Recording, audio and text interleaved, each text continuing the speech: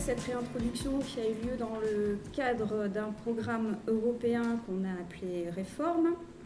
Alors, Réforme, c'est restauration de la flore régionale menacée. Régionale au sens de l'ex-région, donc c'est sur le Nord-Pas-de-Calais. C'est financé donc, par des fonds FEDER et par la région Hauts-de-France, donc vous voyez pour un montant total de 500 000 euros. C'est ce que je disais. Je ne peux pas faire beaucoup plus.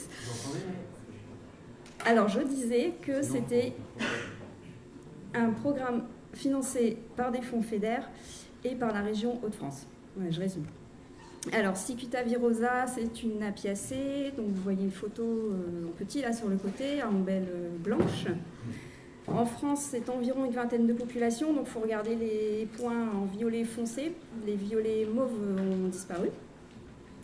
Donc, vous voyez Massif central, Jura, Lorraine, Hauts-de-France et Côte Atlantique. Alors, pour ce qui est des Hauts-de-France, justement, il nous reste deux populations.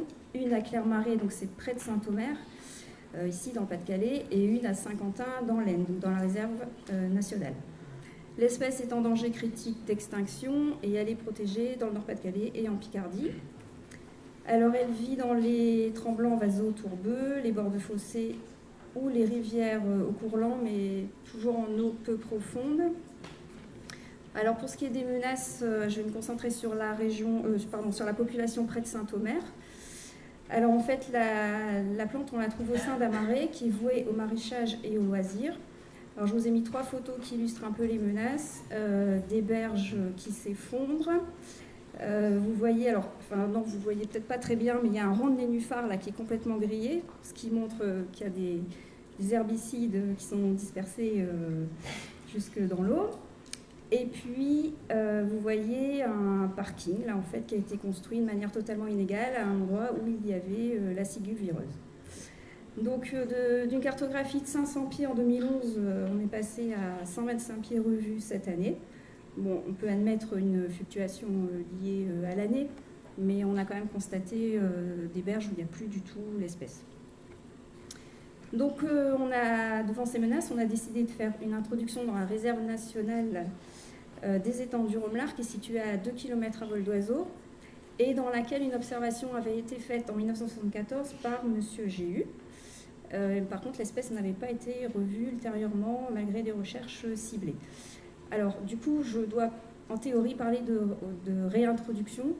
Bon, sauf que ça fait quand même très longtemps. Mais le terme exact, c'est réintroduction, puisque l'espèce avait été présente. La réserve est actuellement gérée par Eden 62, qui est le gestionnaire du département du Pas-de-Calais.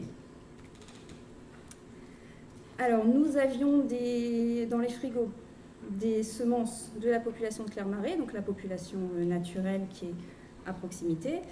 Et nous avons fait un semis, et après quelques mois de culture et des repiquages, nous avons obtenu des pieds qui étaient assez adultes pour être plantés.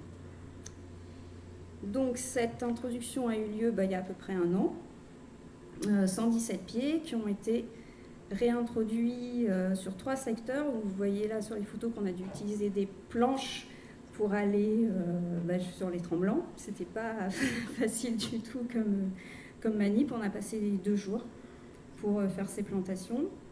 Donc vous voyez pas les 3 secteurs, je ne sais pas si ça marche ça.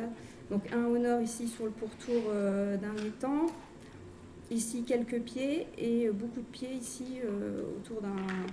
Bon, là c'est pas un étang fermé, hein, ça circule ici, il y a une ouverture. On avait évidemment choisi ces secteurs au mois de juin au préalable, parce qu'il nous paraissait idéal pour l'espèce.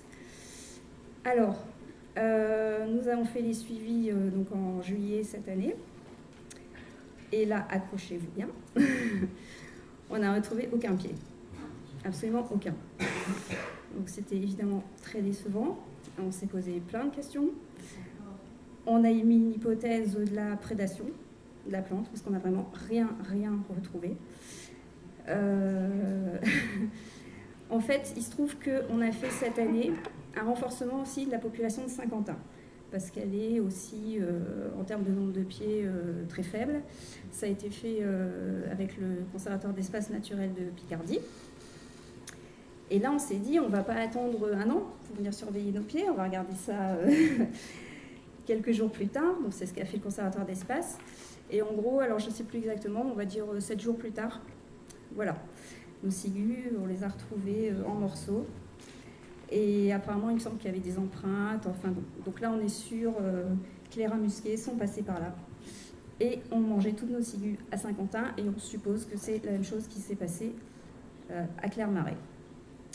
Voilà. Donc, voilà. En fait, j'en termine. Et juste pour dire que souvent en colloque, on présente que les réussites. Là, pour le coup, c'était pas prévu, hein, mais je présente un sérieux échec. Et on est preneur de vos suggestions. Est-ce qu'il faut le faire, pas le refaire? Est-ce qu'il faut essayer de mettre du grillage autour de tous les pieds? Je n'ai pas trop envie, hein, je vous le dis.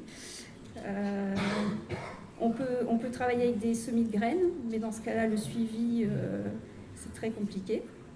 Et puis, ça n'empêche pas que les jeunes plantules pourraient se faire manger aussi, puisqu'on l'a observé d'ailleurs à Saint-Quentin, il y a des plantules naturelles qui sont mangées. Voilà, je vous remercie pour votre attention.